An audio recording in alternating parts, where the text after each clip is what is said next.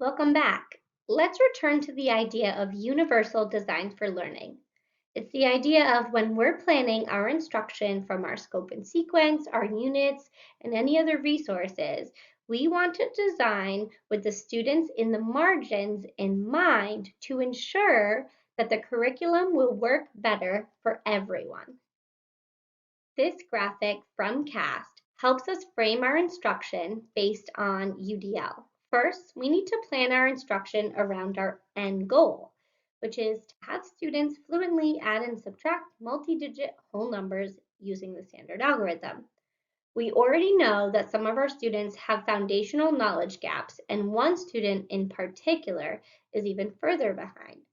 UDL can help us plan around these barriers for all of our learners, and we can further differentiate for individuals or groups of students as needed. Let's talk through how we can do this using our fourth grade standard and an understanding of the math progressions and our students' needs.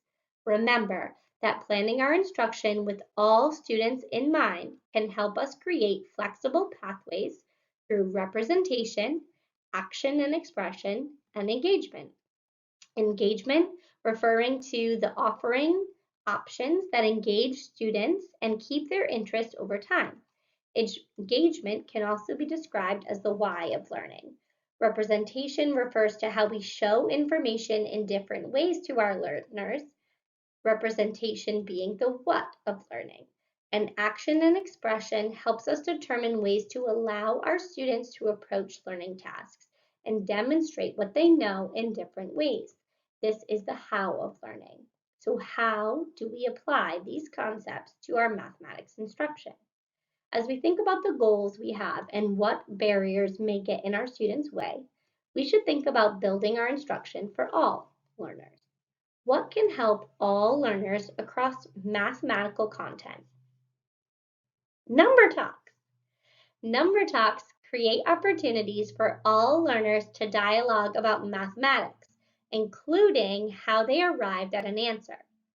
Additionally, teachers can extend learning within number talks to ensure students can justify their reasoning and identify strategies that may be more efficient.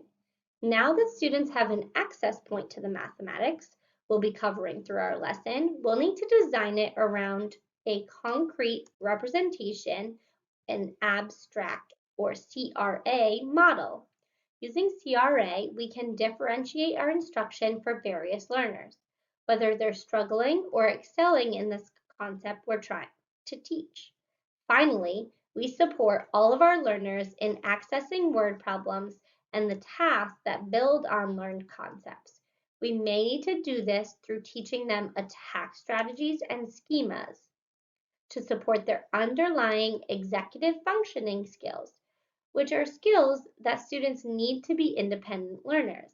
Things like supports for attention, memory, and self-regulation.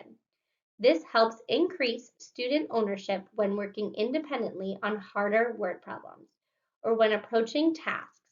As educators, we should also support our students with developing their skills to self-assess their learning, which we may do by helping them set goals for their learning. This problem here. Some of you may be familiar with number talks, and if you are not, we have an entire module that goes deeper into the specifics of how to implement. The goal of number talks in general is to strengthen accuracy, efficiency, and flexibility through mental math. And the power behind number talks are that they are student-led and teacher-facilitated. This means that our students should be doing most of the talking. They're explaining and justifying their reasoning. Another important feature of a number talk is that students collectively determine the correct answer, Right, so rather than the teacher. This does require that we instruct all of our learners before we implement number talks. First, on how to signal to the teacher that they have arrived at one or more ways to solve the posed problem. This provides an opportunity for wait time, as well as an opportunity for the teacher to informally assess who might be struggling with the concept. Additionally, we need to teach students that number talks are a way for all students to share what they think and how they arrive at an answer. -4, and then you This take means in that throw me our off. students need to be taught to respect Mary, each tell me other's what you're thinking and thinking I want to answers. do. In a I number think talk, I'm the role gonna of the teacher is to defend record 44, student so I'll know thinking what I did without wrong. judgment. And the role of Okay. their peers All is right. to Tell me what respectfully you're doing. listen and Imagine I identify had, how they might have when arrived I was differently doing to a the same problem, answer as a peer, mine was the same or as to science, but identify how they arrived at I a thought when different I got the answer. 4, When implemented with these I elements thought I in was supposed mind, to we add the create 4 to the access points 40. for all Does it make students sense to now when I learning. decided They subtracted can draw that? upon their The own knowledge and problem hear from said to their take peers about 34 potentially away. He more took his efficient 30 and strategies his to 4 use in away the in two different future. parts. Let's watch Okay. a number talk in Okay. action. And Andrew, while you what'd you do? watch, feel free to I complete added the 6 observational to forms the to help you keep 40. track of the I key mean 6 to features. the 34. The observation form can be Okay. found in the And then, Did you get Implementation 40? Resources yeah, and then I added 30 more, which is 40, which got me 7.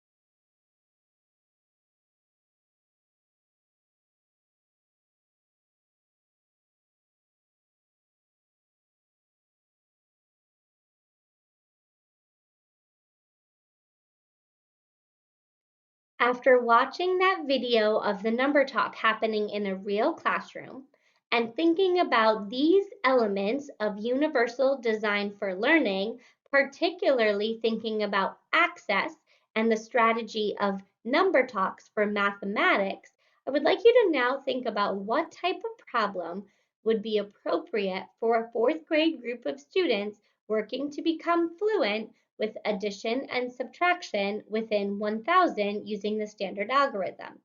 If you're not sure of the skills that it takes leading up to that concept, please refer back to the coherence map at achievethecore.org. This will give you a better sense of the foundational needs the students will have to have. Getting to the why, what, and how of learning through building students' conceptual understanding to promote procedural fluency. A best practice in the mathematics classroom when moving from conceptual to procedural fluency is to use the CRA method. CRA stands for concrete, representational, and abstract. You also might have heard CPA or concrete pictorial abstract or even concrete semi-concrete abstract. These are all very similar models, just with different terminology. Students begin their understanding of a topic using concrete materials, build through representation, ultimately making the connection from the representation to the abstract to build their procedural fluency. When using the CRA model, students begin their learning of concepts using concrete objects, manipulatives, to explore a topic. As in this picture, we have base 10 blocks. The next step is to represent the concrete objects on paper, drawing a model or a diagram to represent not only the objects themselves, but also the manipulations or the actions that are occurring. From here, students progress to writing the actions symbolically, which is the abstract, in typical mathematical notation. In addition, we need to make sure that we're using precise language when building students' understanding of concepts, especially as they pertain to place value. The use of precise language is crucial. Take a minute to look these ideas over and reflect on some of these terminologies that may be in use. For some of our students, we may need to go back to earlier skills that they never mastered or forgot over a break. Scaffolding place value before beginning the lesson is a way to do this. Through scaffolding instruction, we give students an opportunity to engage with concrete manipulatives to further explore how to compose and decompose thousands, hundreds, tens, and ones prior to moving into a more complex problem that builds on these skills.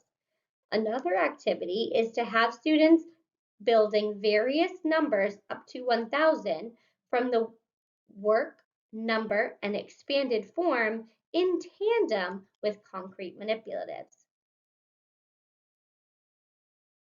When working from concrete to representational, we want to be explicit in our direction and transition the support by initially providing instruction in tandem and then slowly removing the concrete use of manipulatives, the idea of scaffolding.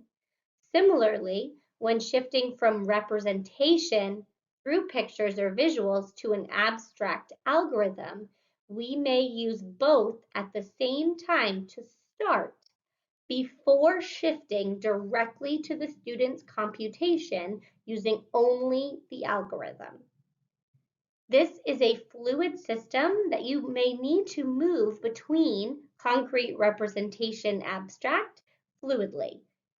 So don't feel like it has to go in direct. As we previously shared in our UDL module, for students with disabilities who are receiving specially designed instruction, we may need to provide even more support delivered by a special education teacher or related service provider identified on the student's IEP during core instruction or through intervention.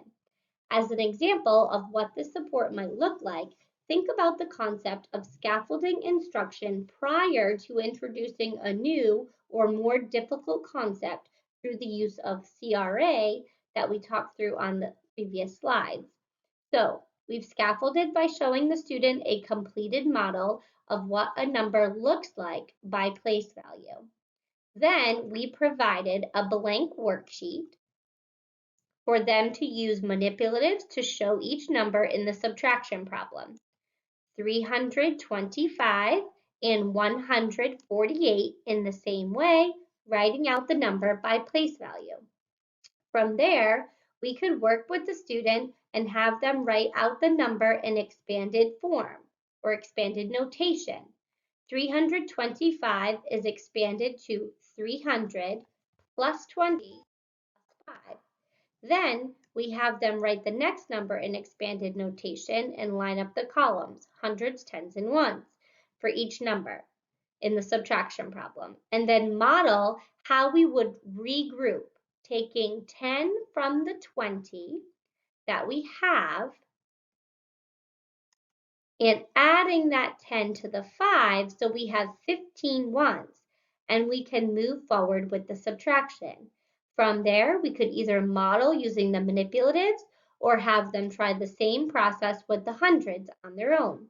And finally, we would prompt them to complete the subtraction to arrive at the final answer of 177. Over time, as they begin to solidify their understanding, they should be able to generalize what they've learned, no longer needing the column headers to write numbers in expanded notation and accurately regrouping.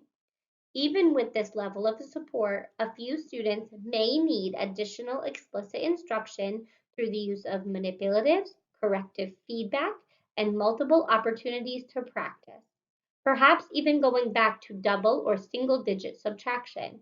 We'll explore what that looks like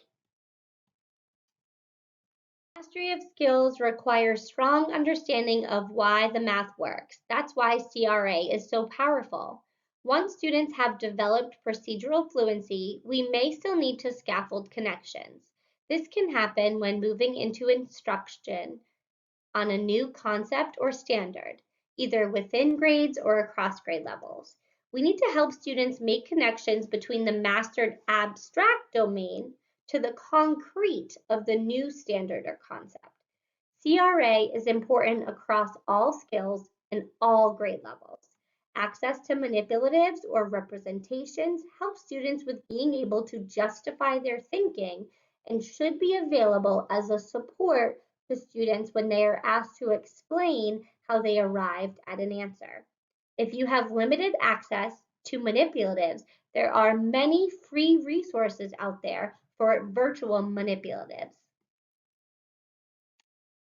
Here, we would like you to pause, take a few minutes, think about a different mathematics concept, not place value, and provide some information for how you would teach it through the CRA model. Try to look up some manipulatives that are out there, some that you have lurking in your closet that you've never used, and how can you bridge the concrete manipulatives with a representation and connect it to an abstract. Here, we would like you to pause, take a few minutes, and think about a specific topic that is upcoming in your instruction. Consider the aspects of UDL and the strategies we discussed, both Number Talks and the CRA model. Start to build a plan of how you can have students access the content and build the concepts using these strategies. What foundational skills does this standard build upon, and where are my students within that continuum? What can I use as a number talk to engage all learners? And what are some manipulatives and representations that would be best to help bridge the connection to the abstract concept I want my students to attain? There is a document in the handouts folder that will help guide you through this activity.